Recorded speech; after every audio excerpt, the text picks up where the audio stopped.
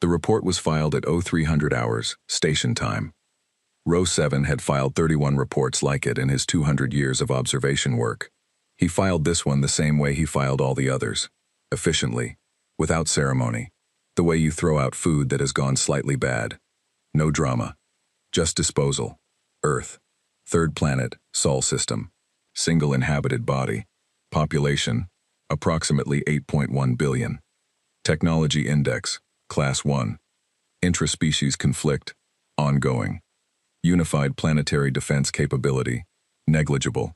Threat rating, non-applicable. Recommendation, harvest candidate.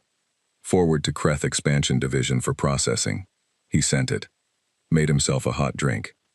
The drink was from a world the Kreth had processed 7 years ago. Sweet. A little bitter at the back. He had a whole case of it, because nobody was making more. He did not think about that. The Kreth fleet arrived on a Tuesday. 14,000 ships. The smallest one was 300 meters long. The largest, the command vessel, the Veldara, Veth's ship, the ship he had ridden into 23 first contacts and watched 23 civilizations fold like wet paper. That one was 11 kilometers from nose to engine burn. Bigger than some mountains. Quieter, in the vacuum, than a held breath. They came out of fold space at 0612 hours, Greenwich Mean Time, 40,000 kilometers above the equator, and they hung there in the dark above the blue planet like a second moon made of knives. Ambassador Veth stood at the viewport and looked down. He had seen planets like this before. Blue-green, thin cloud cover, oceans, the kind of planet that made species soft. Too much food, too much water, too much comfort. Species from planets like this tended to cry during surrender negotiations. One of them had fainted. Veth had the recording somewhere. He straightened his collar. This is routine, he told himself. His aide handed him the broadcast file. Standard template. The same words, more or less, that had opened 23 surrender negotiations. Change the species name. Adjust the frequency range for whatever auditory organs the target had. Run it on a loop until they respond. Simple. Broadcast, Veth said. The signal hit Earth's atmosphere at 0613 hours and 14 seconds. By 0613 hours and 58 seconds, it had been received, decoded, and translated by 7 independent agencies across 4 continents. The translation took 44 seconds because the Kreth, either from arrogance or simple habit, had included a cipher key in the header. They had been doing this for so long that the possibility of a species that could not decode it simply hadn't occurred to them. By 0614 hours, it was in the hands of the United Earth Defense Council. The UADC had been meeting in emergency session since 0603 hours, when the fold space event was first detected. 11 minutes of prep before the call came in. 11 minutes of people walking very fast down corridors and sitting down very hard in chairs and pulling up screens and not quite looking at each other. The council chamber was underground, had been, since it was built, 700 meters of granite between it and whatever might come from the sky. Commander Yara Ose read the translation once. Then she set it down. She rubbed her left thumb, slow and circular, against the pad of her index finger. 3 seconds. A small private count that nobody in that room would have recognized as the thing she did when a decision was going to cost lives, and she was making it anyway. Defense posture? Someone asked. Already in it, she said. They're asking for full surrender. Planetary. I read it. She looked at the readout. 14,000 ships. She didn't flinch. She was not the kind of person who flinched at numbers. Numbers were just the shape of the problem. Get me a 4-hour window, she said. For what? To send a response. The room was quiet for a moment. Someone at the far end of the table said, gently, like they were talking to someone standing on a ledge, Commander, the fleet alone represents a firepower index of... I know what it represents. She looked up. Her voice hadn't moved. Same volume as always. Same flat, precise delivery. The voice of a woman who had spent so long giving orders. That inflection felt like a waste of energy. 4 hours. Then we respond. Get the division commanders on the line. Start the clock. She stood up. Walked to the door. Paused. Hand on the frame. Because one more thing occurred to her. And kill the civilian frequencies. All of them. News, social, entertainment, everything. That's going to cause panic. No, she said. It's going to cause confusion. Panic is what happens when people know what's coming. Confusion just means they don't have their phones. She left. Corporal James Okoro, Patch, to everyone who mattered, was eating instant noodles when the alert hit. Chicken flavor. Third packet of the week, which told you something about either the supply chain or his life choices. He was sitting in the duty station at CFB Cold Lake, northern Alberta, feet up on the console, watching the screensaver drift across the secondary monitor, thinking about absolutely nothing, which was his preferred state of existence. The alert was a sound he'd never heard in 2 years of active service. Not the usual alarm, not the drill tones, something lower, something that came up through the floor before it came through the speakers. He put the noodles down, looked at the primary screen. The screen had a number on it. He looked at the number for a long time. Then he picked the noodles back up, ate the last 3 forkfuls, because cold noodles were a waste and he wasn't an animal. And then he put the container in the recycling and pulled up the command feed. 14,000 ships. He read it twice. Then he pulled out the small, battered notebook he kept in his left breast pocket. Green cover, half the pages water-warped from a river crossing in his first year that nobody was supposed to talk about. And he wrote, Tuesday, 06:17 hours, aliens, Cold Lake, still no good coffee. He clicked the pen closed. Stood up, went to work. 4 hours and 6 minutes after the Kreth broadcast reached Earth, a single signal went up. Military frequency, encrypted, but the encryption was simple, almost insultingly so, and the Kreth comms team decoded it in under 2 minutes. They'd been expecting something, probably a counteroffer. Begging, maybe. Some species tried to negotiate. The Kreth had a whole section in the processing handbook for negotiations. The signal decoded to 7 words. Received. Preparing response. UADC Veth read it.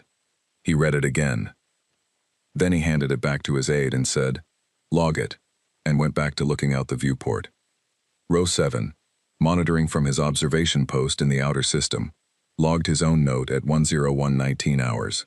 Subject species has acknowledged communication. Response time, 4.1 hours. Message content, non-committal. Tone, neutral. Compliance trajectory, 94.7%. No unusual indicators. Awaiting formal response. Estimated surrender, 48 to 72 hours. He underlined 94.7%. He had been right about the compliance trajectory on every single Class 1 species he'd ever assessed. He made another hot drink. What Row 7 noticed at 10:34 hours was not in his handbook. He was running a routine sweep of Earth's communication spectrum, something he did every 20 minutes, just to watch the panic evolving, because panic had a shape, a rhythm, a way of spreading from population center to population center, like fire jumping between trees. When he realized there was nothing to watch. The spectrum was empty. Not damaged, not jammed, empty, like someone had reached over and turned a dial. He checked his instruments, ran a diagnostic, checked again. Every civilian broadcast frequency, on every continent, had gone dark at the same moment. He had never seen this before, not once. In 31 civilizations, species under threat did not go quiet. They screamed. They broadcast prayers and last messages and desperate political speeches. They filled the air with noise, the way wounded animals filled the air with sound. Because noise was proof of life, and life was the one argument nobody stopped making until they couldn't anymore. Earth had turned off its noise. All of it. Together. At once. Row 7's sensory filaments, the thin, sensitive organs along his neck that processed emotional atmosphere in the air, a feature his species had evolved for social reading, and which had absolutely no useful function in the vacuum of space, but which activated anyway when his nervous system registered something it didn't have a category for, retracted fully against his skin. He opened a new log entry. Anomaly detected. Earth civilian communication spectrum, offline, not disrupted, deactivated. Coordinated shutdown across all surfaces simultaneously. Behavior inconsistent with Class 1 threat response profile. Logging as anomaly. Will monitor. He highlighted the word anomaly. Stared at it. Below him, 40,000 kilometers away and falling, the night side of Earth looked the same as it always had. City lights in clusters. The long dark between them. The soft glow of coastlines. A planet sleeping. His instruments caught it first. Thermal blooms. Small, initially. Then more. Then many. Rising from every continent in a pattern that was not random, and was not panic, and was not the shape of a species losing its mind under pressure. It was the shape of things waking up. Engines, his instruments told him. Thousands of them. Not warming up. Already warm. Already running. As though they had been running. Quietly, below the threshold of routine scans, pointed at the sky, for a very long time. Addendum, row 7 typed. He looked at the thermal map. He looked at it for a long time. Addendum, revising anomaly classification. Earth is not panicking. Earth is not negotiating. Earth is, I do not have a word for this. Earth is becoming something. I am going to need more instruments. He sent an emergency data request to Council Station. Then he did something he had not done in 200 years of observation work. He locked his station door. Aboard the Veldara, Ambassador Veth was eating dinner when his comms officer came in. The comms officer was named Vreth, young, good at the job, had the slightly pinched expression of someone who had learned to deliver bad news carefully. Sir. Earth's civilian frequencies have gone offline. Veth chewed. Offline how? All of them, sir. Simultaneously. About 40 minutes ago. Veth set his fork down. All of them. Yes, sir. Veth thought about this. In his experience, when a species went quiet before a surrender, it meant one of two things. Either the government had collapsed, and there was nobody left to broadcast, or the military had taken over communications entirely in preparation for issuing a planet-wide order. Either way, it was usually the end of their resistance, not the beginning of it. They're preparing to comply, he said. That's one interpretation, sir. He looked at Vreth. What's another? The young officer held his hands in the configuration that meant, in Kreth body language, I am about to say something I don't have enough information to be certain of, and I want the record to show I said so. I don't know, sir. That's the problem. Veth picked his fork back up. Monitor and report, he said. We'll have their formal response within the day. Vreth left. Veth ate the rest of his dinner. Outside the viewport, Earth turned slowly on its axis, the way it had been doing for 4.5 billion years, at a speed and with a patience that suggested it did not particularly care what was in orbit above it. Veth did not notice this. He was not the kind of person who noticed things like that. At 0300 hours, station time, row 7 filed a second report. This one was 2 lines long. Revising Earth threat classification. Insufficient data for new rating. Recommend all Council observers in the Sol sector increase monitoring frequency. He paused. Added a third line. I may have been wrong about this one. He almost deleted it. It was not the kind of thing you put in official reports. Too personal. Too uncertain. Not the language of 200 years of clean, correct, authoritative observation work. He left it in. Sent the report. Made another hot drink. Sat down.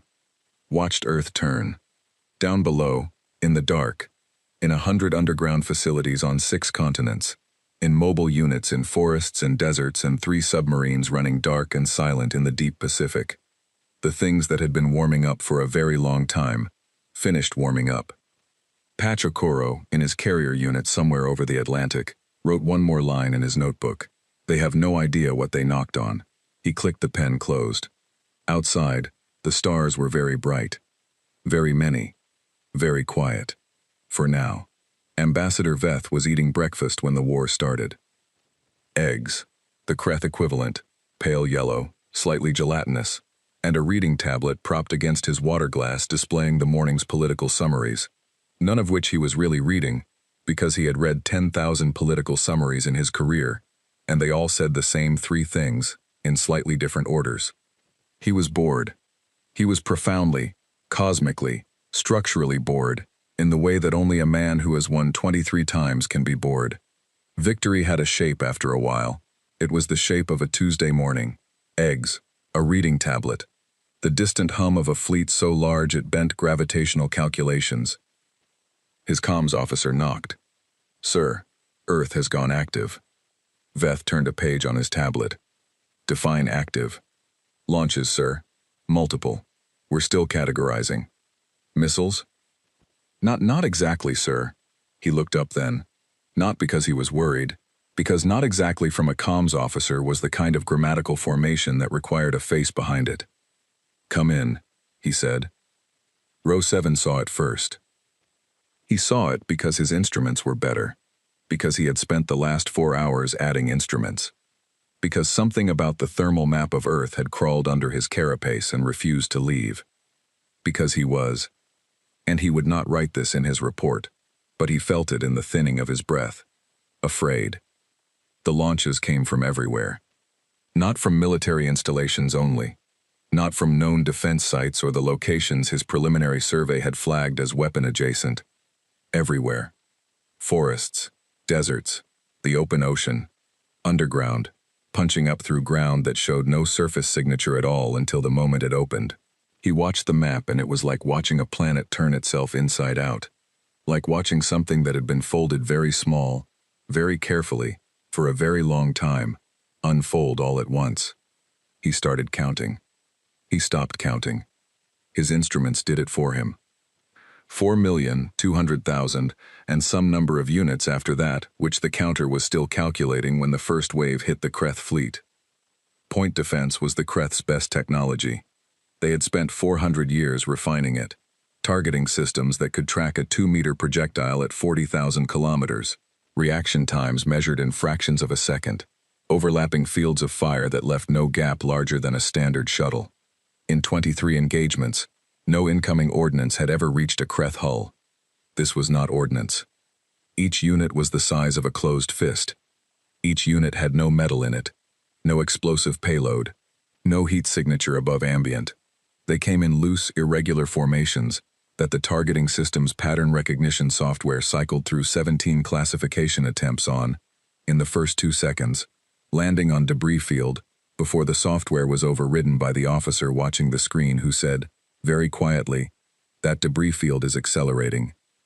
Point defense killed 200,000 of them in the first 8 seconds. It killed them efficiently and precisely, and it killed exactly as many as its overlapping fields of fire could process in that window, and then the remaining 4 million crossed the threshold and hit the fleet. Not to destroy.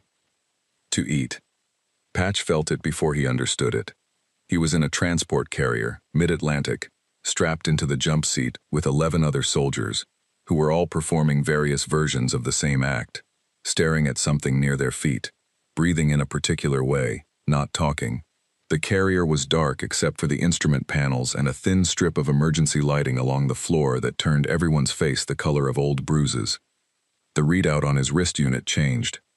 Numbers, ship counts, status indicators flipping from green to yellow to red in patterns that started slow and then didn't. He watched it for a while.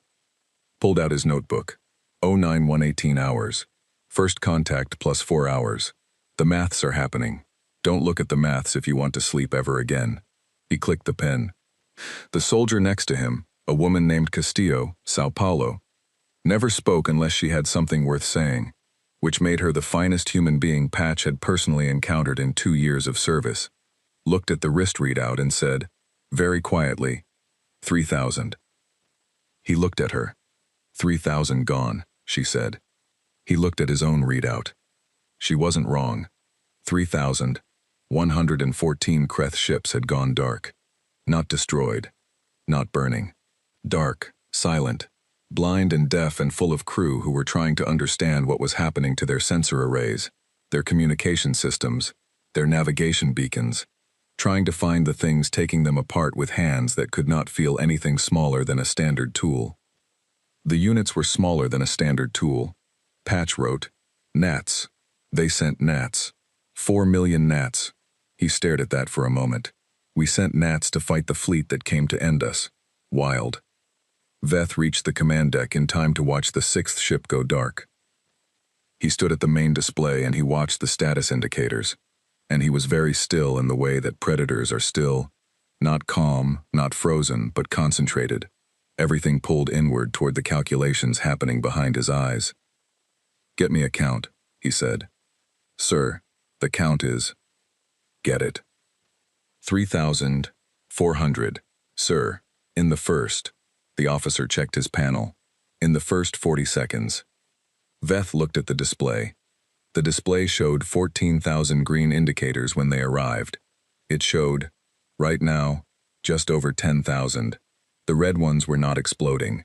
They were not fighting back. They were just going red, quietly, one after another, like someone walking down a very long corridor turning off lights.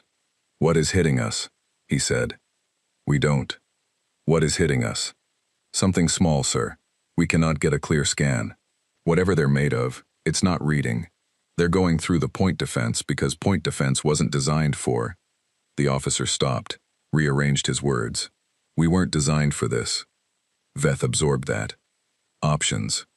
We could withdraw to high orbit, out of launch range. Then they have the atmosphere. No. We could." The display pinged. A seventh ship went dark. Then an eighth. Then 3 more at once. Row 7 had stopped writing notes. He was just watching. He had a secondary monitor running, displaying his own report from 4 hours ago, the one with 94.7% underlined. He had written it with the comfortable certainty of a man who has been right 31 times, and it sat on the screen next to the tactical feed, and the juxtaposition was doing something to him that he didn't have a clean word for. He watched Earth's second wave launch. Different profile. Larger. Faster. Clear metal signatures. These ones the sensors could see coming, which he initially registered as a correction, an improvement in targeting odds. Then he understood what they were for. The first wave had eaten the eyes, the ears, the voices. The second wave was for the ships that couldn't see it coming. He watched 10,000 Kreth vessels try to coordinate a response with no sensors, no communications, no navigation data. He watched them fire into each other twice. He watched 3 ships attempt to run and fold into each other in the dark. He opened a new log. Hour 1, Kreth fleet, compromised. Earth losses, none confirmed. Tactical analysis. Earth did not attack the fleet. Earth attacked the fleet's ability to understand what was happening to it. There is a meaningful difference. I am still working out what the difference means. He paused. The difference is this. You can fight something that is trying to kill you. You cannot fight something that is trying to confuse you. Because confusion is not a position. You cannot hold a line against it. You cannot retreat from it. You are simply inside it. The Kreth are inside it. He saved the entry. Opened a new one. Hour 1. Addendum. Earth has lost 14 personnel. 14. In 1 hour. Against this fleet. He stared at the number. 14. He could not make it mean what it should mean. A number that small, in a context this large, did not resolve into sense. It sat in his mind like a stone dropped into water that refused to sink, just floating there, turning slowly, waiting for him to understand something he did not yet have the frame for. He sent an emergency transmission to the Galactic Council. It contained coordinates. 1 word. Watch. Patch's carrier broke atmosphere at 10:41 hours. He felt it. The shudder, the pressure change, the sound shifting from nothing to something, as air happened around them again. The strip lighting flickered. Someone across the carrier said something in a language he didn't catch. Castillo was asleep. She could sleep through anything. He had once watched her sleep through a fire alarm and a subsequent actual small fire. He envied that. His wrist readout showed 4,400 now. He hadn't meant to look. He'd made a decision not to look. The maths would still be happening whether he watched it or not. He looked anyway. 4,400 Kreth ships. Gone dark or gone entirely. In 1 hour. He thought about his grandfather, who had a saying that Patch had always thought was just old man talk, the kind of compressed wisdom that sounds good and means nothing when you're young, and think you understand the shape of the world already. Don't start a fight with someone who has been waiting for you. He wrote it in the notebook. Looked at it. Thought. Granddad. Granddad, you had no idea. The carrier banked. Through the small porthole across the cabin, he had a view of nothing. of the wall, of Castillo's sleeping face. Someone else had a porthole with a view, and he heard them say something. Not words, just a sound. The particular catch-in-the-throat note of a person seeing something they do not have the vocabulary for yet. "What?" Patch said. The soldier with the porthole, new transfer name Patch read, Okonkwo, Lagos like him, which meant they would either get along perfectly or drive each other insane, looked back. "The sky," Okonkwo said. "What about it?" "It's full." Patch undid his strap, stood up, leaned across the carrier to the porthole. Outside, in the upper atmosphere, the second wave was rising. He had known the numbers.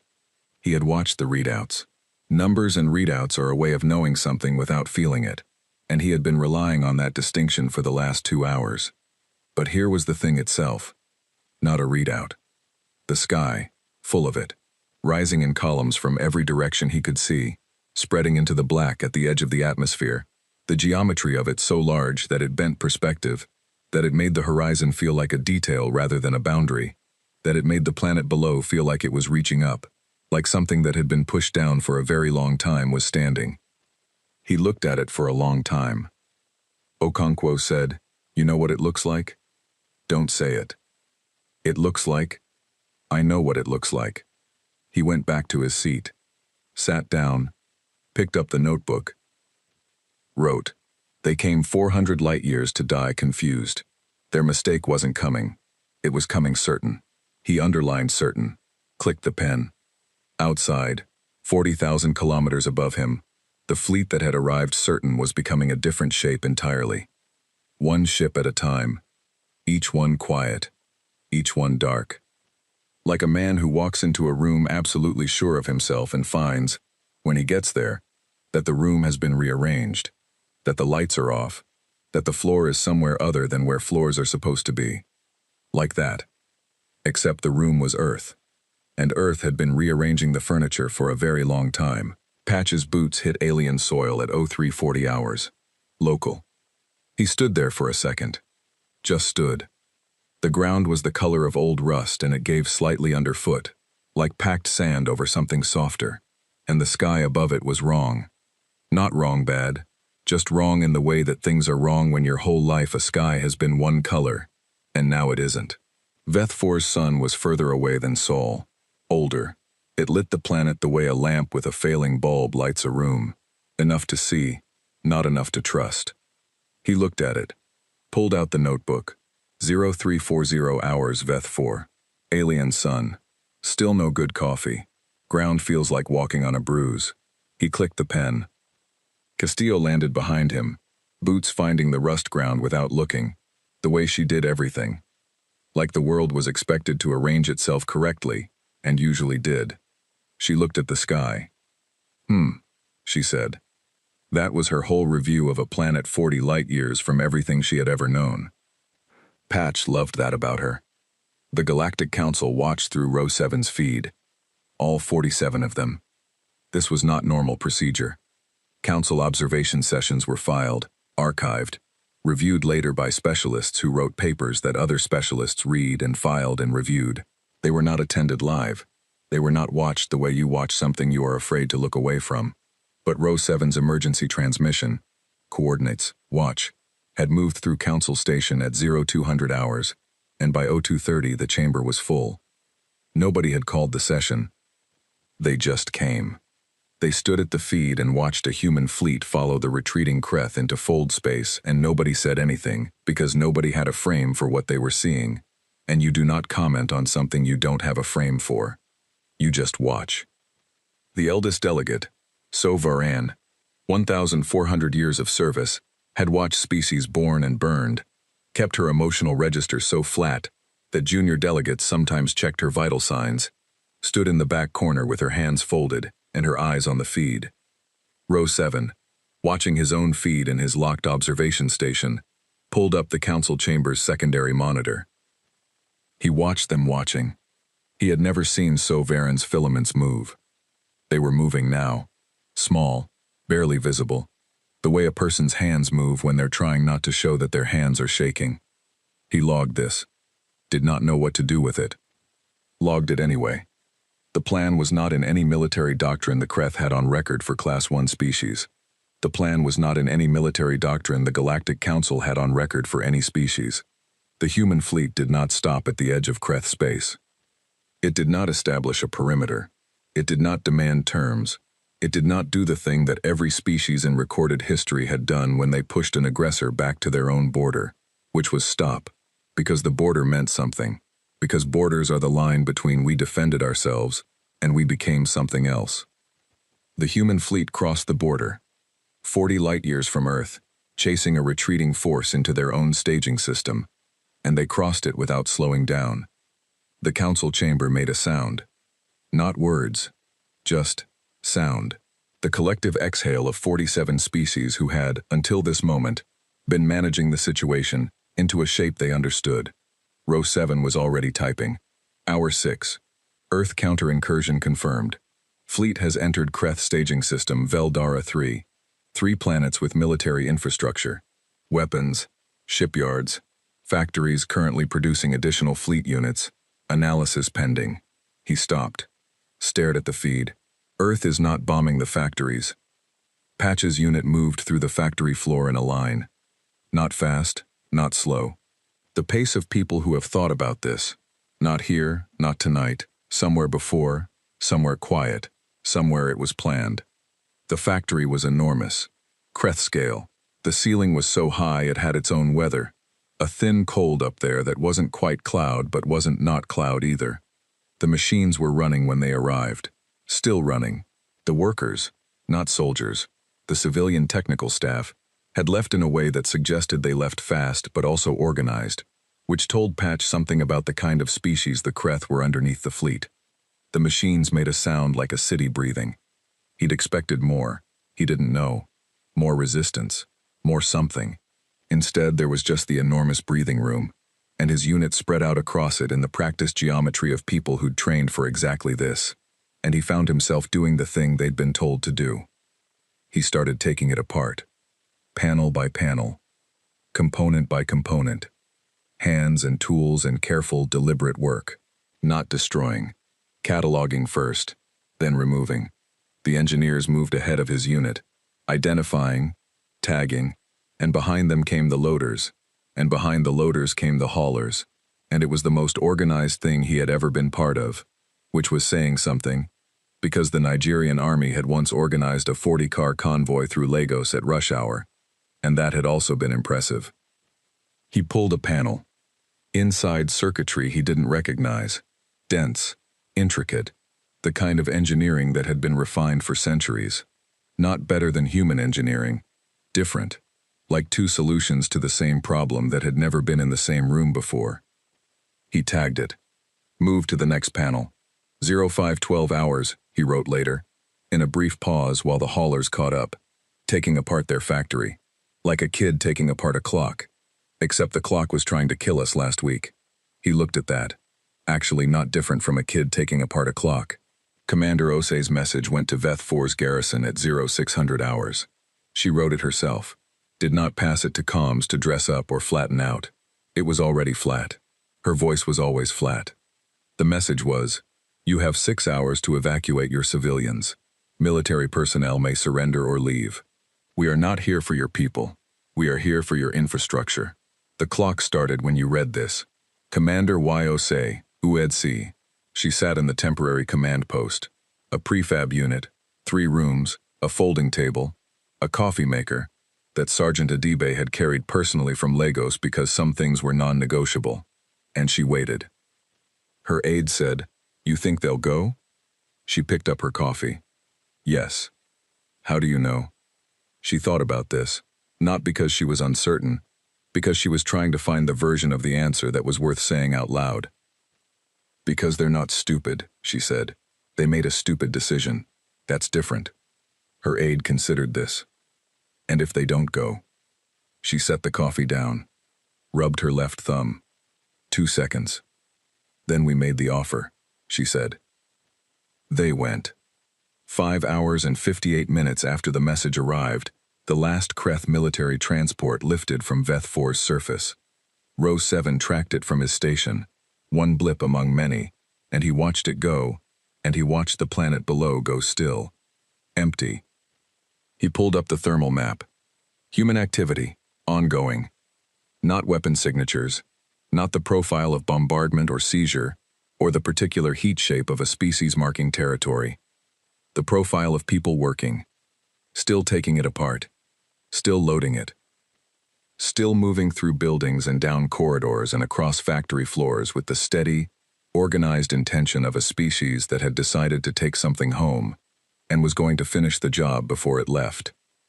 So Varen, in the council chamber, said, "They're not bombing." Nobody answered. It wasn't a question. "They gave them 6 hours," she said. Still not a question. She was watching the feed.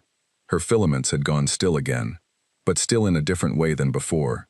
Not flat, not the professional stillness of 1,400 years of composed observation. The stillness of recalculation. They could have ended this system, a delegate on her left said. They have the capability. I've run the... I know, she said. Then why? I don't know. She turned from the feed for the first time since the session started. Looked at the room. 47 species, 47 sets of eyes, sensory organs, filaments, photoreceptors, all of them doing variations of the same thing she was doing. Trying to put Earth in a box. They're not interested in this planet, she said. They're interested in what was built here, and they gave the inhabitants time to leave. Row 7, watching the secondary monitor, wrote, So Varen does not say things she hasn't thought through. She has been thinking through this for 6 hours. Log, she does not have an answer. First time in 200 years I cannot find a record of So Varen without an answer. Patch was eating a protein bar on the steps of what had been the garrison's command building when Ose walked past. He stood up. She waved him down without looking at him. As you were, Corporal. He sat back down. She walked into the building. He watched the door for a moment, then looked back out at the factory district. The haulers were still moving. The sky was doing the thing it had been doing all day. That old lamp color. That light. That felt like it was apologizing for something. He thought about his grandfather again. Not the saying this time. Just the man. Old house in Surulaire. Walls covered in photographs of people Patch had never met. Family that predated photographs. A whole chain of people who had survived things that should have killed them, and had somehow produced, at the end of the chain, a 23-year-old corporal, eating a protein bar on an alien planet, 40 light-years from the street where his grandfather had grown his tomatoes. He thought, Granddad, you would not believe this Tuesday. Then he thought, you would absolutely believe this Tuesday. Castillo sat down next to him. They watched the haulers for a while. You know what they thought? She said. Which part? All of it. Coming here. The whole thing. She chewed her own protein bar. They looked at us and saw a species that couldn't agree on anything. Different countries, different languages, fighting each other, couldn't possibly coordinate. Yeah. They weren't wrong, technically. No. She stopped, thought about it. We coordinate when it matters. Patch nodded. Wrote in the notebook. Granddad used to say, don't start a fight with someone who has nothing left to lose. These Kreth started a fight with 8 billion people who had everything to lose. Same thing, turns out, when everything's on the line. Even people who disagree about everything agree about that. He stared at that. Added, maybe especially then. The ceasefire request came at 2100 hours. It was formal, correctly formatted. All the diplomatic codes in the right places. Whoever drafted it on the Kreth side had done it properly, carefully. The way you do something when you want the record to show you did it right. It reached the UED-CAC at 2100 hours and 11 seconds. The UED's response went out at 2111 hours. 11 minutes. Not 72 hours. Not a day. Not a political meeting with 17 subcommittees. 11 minutes. The response was 5 words. Received. We'll finish first. UEDC in the council chamber.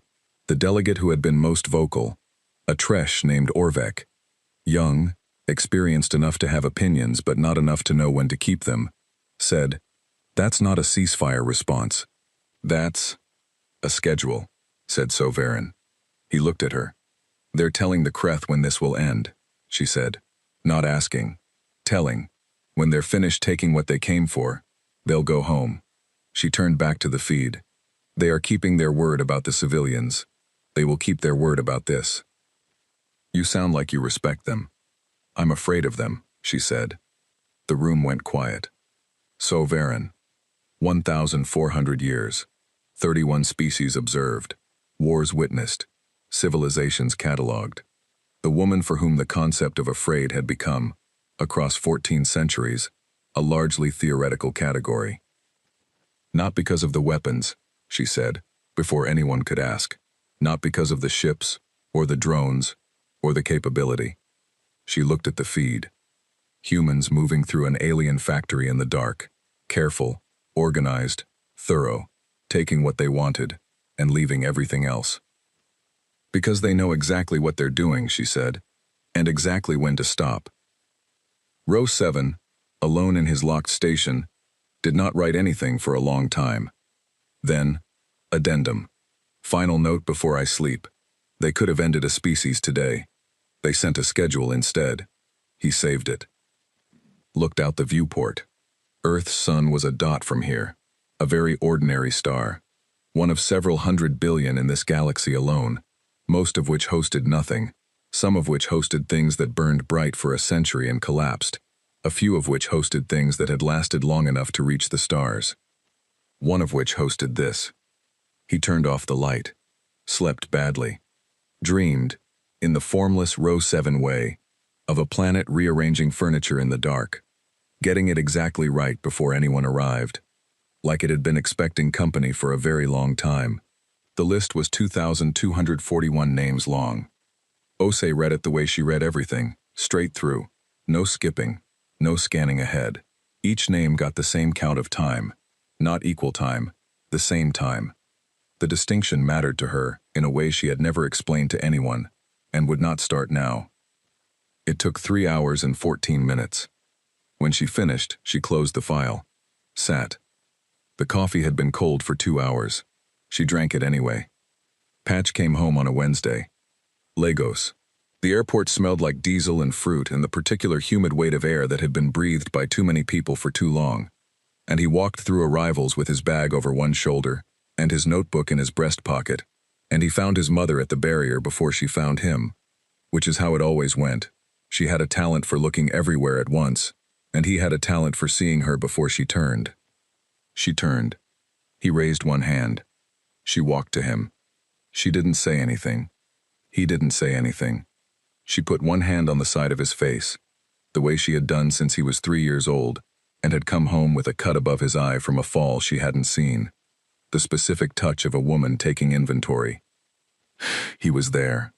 He was all there. She took her hand back. Come, she said. I made rice. He followed her out into the heat. The jollof was better than anything on Veth 4. He would not have said that in front of Castillo, who had opinions about Brazilian cooking that she defended with the energy of someone who had never considered the possibility of being wrong. But it was true, and he held it privately, like a warm thing in his chest. His mother sat across from him and watched him eat. This was her version of a debriefing. She had never asked him about his service, not in 2 years, not in a single call, not once. She asked about his sleep, his food, his feet, because her theory of the human body was that if those 3 things were managed, everything else would eventually sort itself out, and he had decided she was probably right. She asked, You're thin. Little bit. How's the food up there? He looked at her. She looked back. Perfectly clear. Perfectly unbothered. Up there. Like he'd been posted to Abuja. It's fine, he said. She refilled his bowl without asking. He ate. Outside, the street did what Lego streets do in the early evening. Noise building in layers. A generator somewhere. Music from a window 2 floors up. Someone laughing at something. The city perpetually performing its own existence like it needed the audience to confirm it was real. He had been 40 light years away. It had been 11 weeks. The street sounded exactly the same. He thought, some things don't update, some things just stay. He did not write that in the notebook. Some things were for the notebook, and some things were for inside, and the line between them was a line he had drawn himself and maintained carefully, and would not explain if asked. The Galactic Council convened at 900 hours, station time, 47 species. The chamber had a capacity of 60 delegates, and it was using all 60 seats, which had not happened in Row 7's recorded institutional memory. He was present in observer capacity, which meant he sat to the left of the main floor in a chair that was slightly too small for him and took notes. He was always taking notes. He had stopped trusting himself to remember things correctly. The first item on the agenda was reclassification. Not Earth's classification, everyone's. The delegate from the Tresh opened it. Young Orvek, who had been almost vocal in the last session, and had spent the intervening weeks apparently deciding to become fully vocal. Every Class 1 assessment in this council's database was built on the same model. The model is wrong. We are requesting a full audit of every civilization currently rated non-threatening. Silence. Not the silence of disagreement. The silence of a room full of species who had all, privately, in their own stations and ships and home offices, already run the same calculation and arrived at the same place, and were relieved that someone else said it first. How many assessments? Someone asked. 412. The silence changed shape. We cannot, someone said, reclassify 412 civilizations on the basis of... On the basis of what? Orvek said. On the basis of having been completely wrong about one? On the basis of the fact that our threat model does not account for... He looked at his notes, which Row 7 suspected was a prop, because Orvek did not look like someone who needed notes. Accumulated historical trauma, coordinated planetary psychology, or the cognitive profile of a species that has survived itself for 300,000 years. He was quoting Row 7's report. Row 7 made a note about that. We need time, someone said. Every Class 1 species in this database has less time than we thought, Orvek said. That's the point. So Varen, who had not spoken, spoke. The audit begins today, she said. That was it. The item closed. The Kreth sent their peace terms through the standard council channel at 1400 hours. The format was correct. The seals were in order. It had the exhausted precision of a document produced by people who were used to winning and were now, for the first time, writing something else, and were making very sure it was right, because being right about the paperwork was the only dignity still available to them. The council expected Earth's response to be territorial. That was the word that cycled through the chamber's informal conversations in the hours before it arrived. Territorial. Species that one wanted land, or resources, or formal submission, or some combination of the three that could be arranged into a monument to the fact of the winning. Earth's terms arrived at 1600 hours. 3 points. Row 7 read them. Read them again. Wrote them in his notes verbatim, because he did not trust paraphrase to hold what they were. 1. Return all surveillance data collected during pre-contact period. 2. Grant Earth observer status in the Galactic Council. 3. No contact with Earth for 50 years unless contact is initiated by Earth. That was it. No territory. No reparations. No formal Kreth submission ceremony, of the kind the Tresh had demanded from the Velmarin after the Outer Reach conflict, which had involved 17 symbolic acts and a public reading of a document of culpability that took 4 hours and was broadcast on 7 frequencies. 3 sentences. Orvek read them and said, "This is a joke." So Varan said, "It isn't. They won. They could take." "They don't want it," she said. "Then what do they want?" She was quiet for a moment. "To be left alone," she said. "To become whatever they're going to become without us watching." The chamber sat with that. "And the 50 years?" someone said. "Insurance," Row 7 said. Everyone looked at him. He was not supposed to speak in session. He was an observer. He spoke anyway. "They're not afraid of us coming back. They demonstrated that clearly enough. The 50 years is space, room. They want to grow without having to explain themselves." He looked at his notes. "They showed us what they are under pressure. Now they want time to figure out what they are without it." The chamber was quiet. Then Sovereign said, "Accept all 3." Nobody argued. Ose was in her office when the terms were formally accepted. Her aide knocked, told her. She nodded, said, "Thank you." The aide left. She sat. The office was almost empty. She had been packing for 2 days. Slow, methodical, the kind of packing that is also a kind of accounting. Books, documents, 3 citations in frames she had never hung. A plant that had somehow survived 11 months of irregular watering, which she respected enormously. And the photo. It was near the bottom of the second box, which is where things go that you're not ready to see but also not ready to leave behind.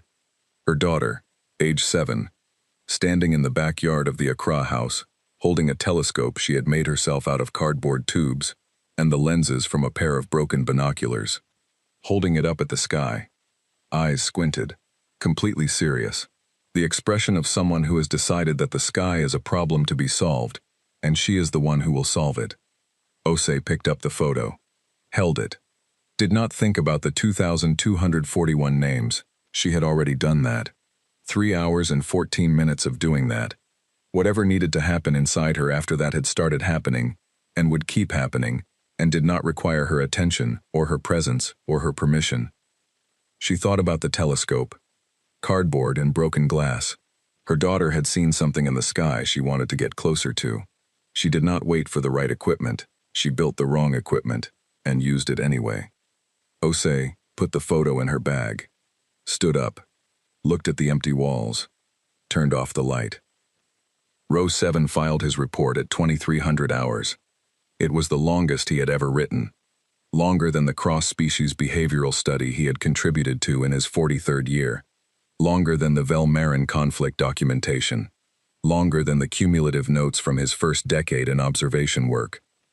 He almost cut the last paragraph, not because it was wrong, because it was the most personal thing he had ever put in an official document, and he had spent 200 years keeping his official documents the same temperature as his unofficial ones, which was low, controlled, correct. He left it in. Note final. During the closing stages of the engagement, 4 Earth weapon systems were fully charged, targeted, and held. The targets were Kreth population centers. The systems had confirmed firing solutions. Earth held them for 40 minutes, then stood them down. I have run the analysis. Those 4 systems would have ended the Kreth as a species, not their fleet, not their military capacity. The species, Earth had the kill. They chose not to take it. I have observed 31 civilizations in 200 years, and I have watched species make the choice to spare an enemy exactly twice. Both times the restraint was tactical, calculated mercy extended, because ongoing existence was more useful than erasure. I cannot find the calculation Earth made. They gave civilians 6 hours to leave. They took the infrastructure and left the planet. They sent 3 peace terms and asked for 50 years of quiet. They had the kill and they went home. I don't know what to do with this information. I am aware that not knowing what to do with information is not an appropriate way to close an official report. I am closing it this way anyway. He saved it, sent it, made a drink he didn't want, stood at the viewport. Somewhere in the dark, 40 light-years away, Earth was a small blue point around an ordinary star. It was not doing anything visible from here. It was just existing, the way it had been existing for 4.5 billion years, before the Kreth, before the Council, before Row 7 had filed his first routine report, and drunk his first cup of something that came from a world nobody was making it on anymore. He had that thought, and then he had a different thought, sharp and sideways, the kind of thought that arrives without announcing itself. They could have ended a species. They went home instead. He did not resolve this thought. There was no resolution available. It sat in him like the name of something he did not have a word for yet, something that existed in the gap between the most dangerous thing he had ever seen and the most what? The most something. He stood at the viewport for a long time. Outside, the stars were the same stars they had always been. They looked different. He did not write that down. Some things were for inside. The signal left Earth at 0001 hours on a Thursday. Nobody announced it. No press conference. No political speech. No ceremonial countdown. Somewhere in a building that did not appear on public maps, someone pressed a key, and the thing that had been built over 6 months of quiet, careful, Argument-filled work went out into the dark at the speed of light, on every frequency the Galactic Council used, addressed to no one specifically, which meant everyone. Row 7 was asleep when it arrived. He felt it before he heard it. A vibration in the station's receiver array, a change in the ambient hum that his sleeping body registered as wrong but not danger, the way you feel a door close in another room without waking up. He woke up, looked at the receiver, looked at the origin coordinates, sat up.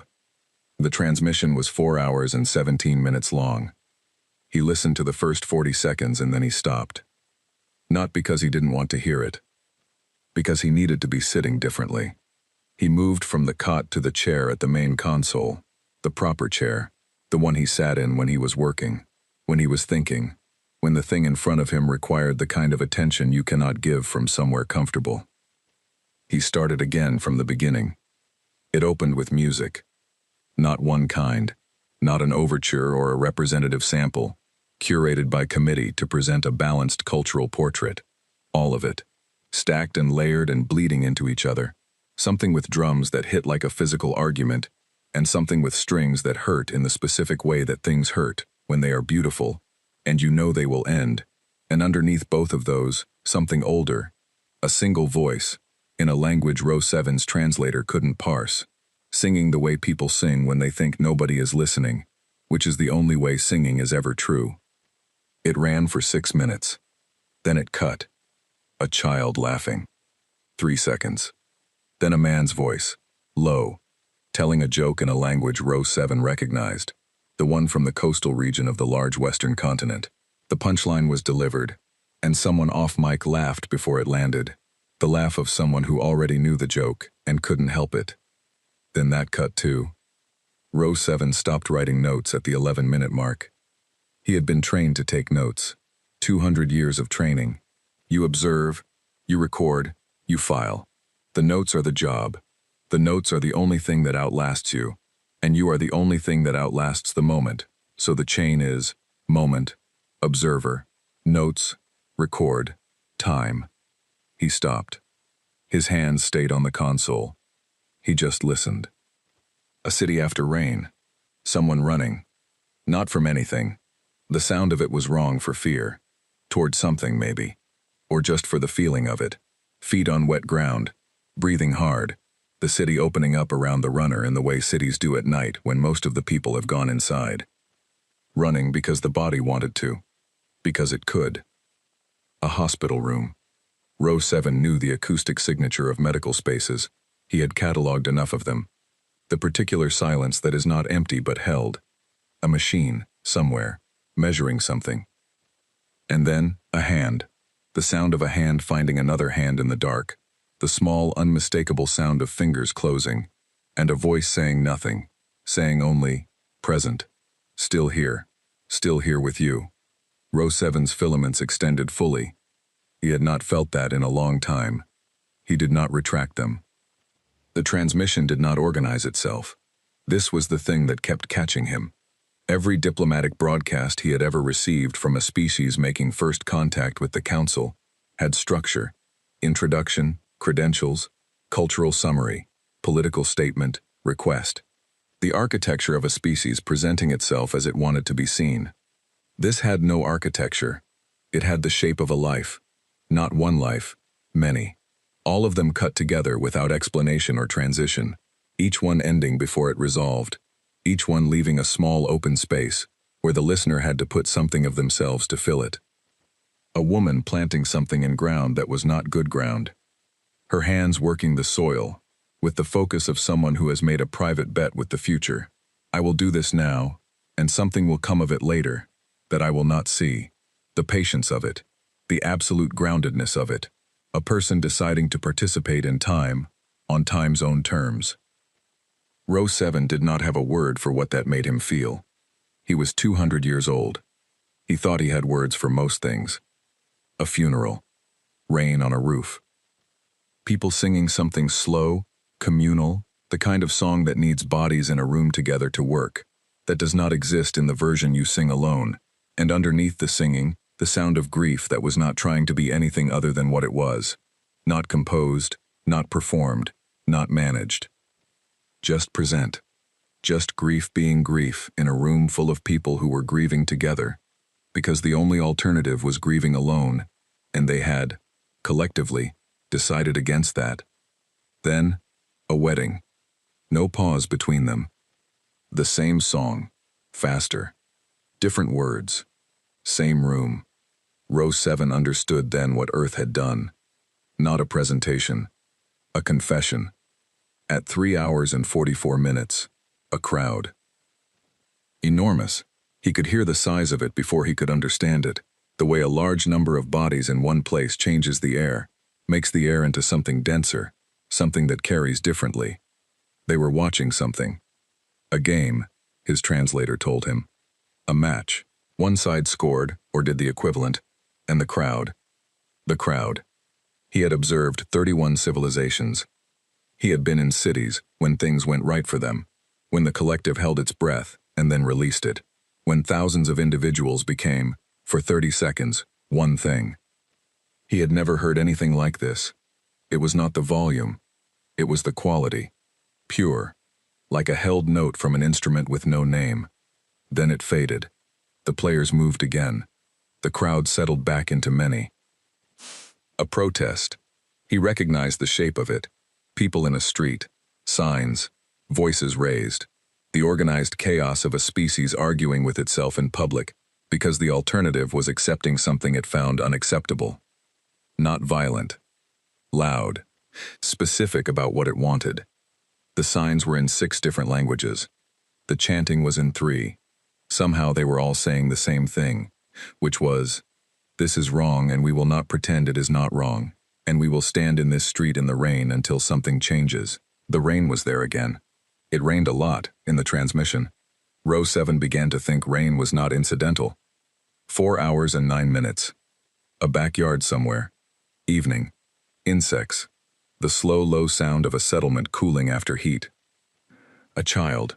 Small, recently walking, still at the stage where walking was an ongoing negotiation with gravity, rather than an agreement. The child walked. Fell. There was a breath. An adult nearby, watching, not moving.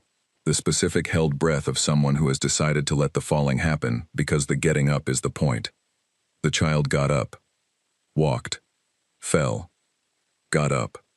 Row 7 realized he had been holding his breath too. He released it. The child walked 4 steps. 5. 6. And a wobble. And then 7. And then a sound from the adult. Not words. Something before words. The sound a body makes when it has been trying very hard not to celebrate too early, and has just lost that fight. The child fell again.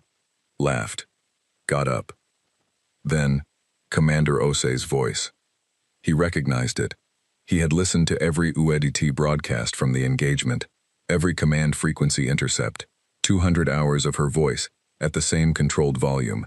The voice of a woman who had decided that tone was a resource, and she would not spend it. Same voice. Same volume. We didn't want this war.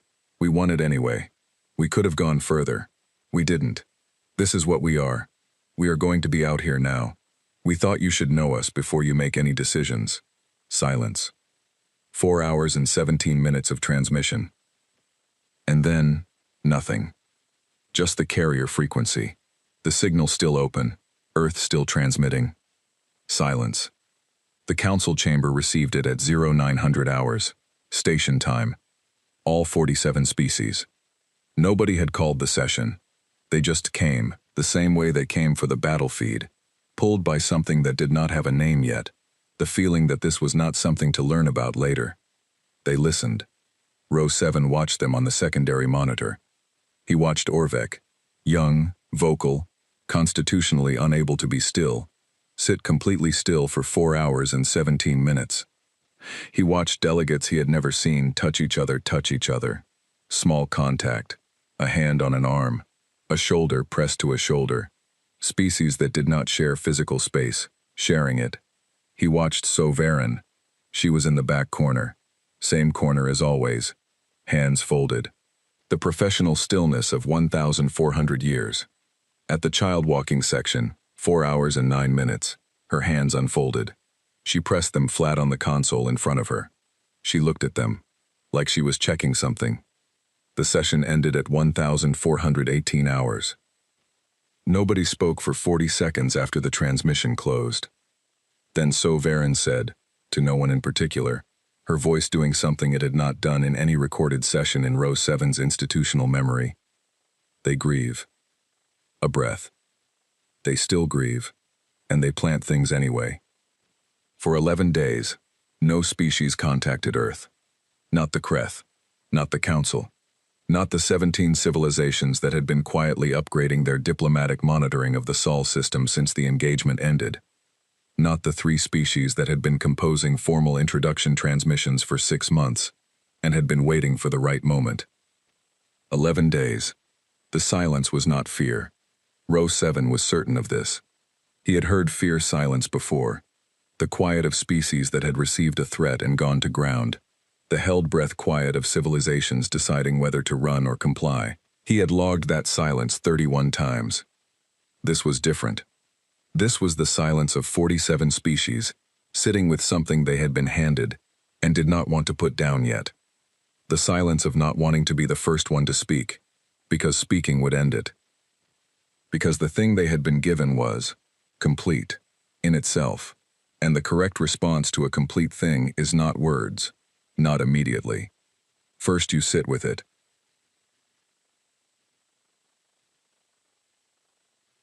Patch didn't know about the silence until his mother told him. She had been watching the council feeds. She had, it turned out, been watching them since before he shipped out, which he suspected and had never asked about, because some things you do not want confirmed. And she came into the kitchen on day 4 of the 11 and said, without preamble, while he was making eggs, "Nobody's talking." He looked up. "Out there," she said, after the broadcast. Nobody said anything. He considered this. "Good," he said. She looked at him. "They're thinking," he said. She watched him for a moment in the way she had always watched him. Inventory, assessment, the rapid calculation of a woman who had raised something she did not entirely understand, and had made peace with that. She said. She sat down at the table. He made her eggs too. Row 7 filed his final report on day 12. He had been writing it across the 11 days of silence, a few lines at a time, the way you write something you are not ready to finish. Each day he added. Each day he did not send it. On day 12 he finished the last paragraph and sent it before he could think about it further. The last paragraph. I have observed 31 civilizations in 200 years. I have seen species discover fire and species forget it. I have watched things that called themselves civilized do things that had no name. I have filed reports. I have drunk things made on worlds that don't make them anymore. I have been careful and correct, and I have measured threat by the shape of weapons and the size of fleets. And I have been, it turns out, measuring the wrong things the whole time. Earth sent us a child learning to walk. They sent us rain, and a funeral, and a crowd going briefly insane, because someone kicked something correctly. They sent us a hand in the dark, and a woman planting trees she would never see. They sent it unencrypted, on every frequency, addressed to no one, which meant everyone. They showed us what they are made of. Not the weapons, not the fleet, the other thing. The thing underneath the weapons that makes the weapons make sense. The specific human terror of losing what they love, and what they will do, and how far they will go, and how carefully they will stop, because of it. Classification. Revised. New classification. Unclassifiable. Notes field. I don't have another word for it. I tried. Human will have to do. End of report. He sent it. Closed the console. Sat back.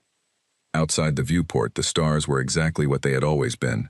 Indifferent, numerous, old in a way that made everything else feel like a conversation happening in a room they hadn't noticed yet. He looked at them. He thought about the child. 6 steps. Wobble. Fall. Laugh. Up again.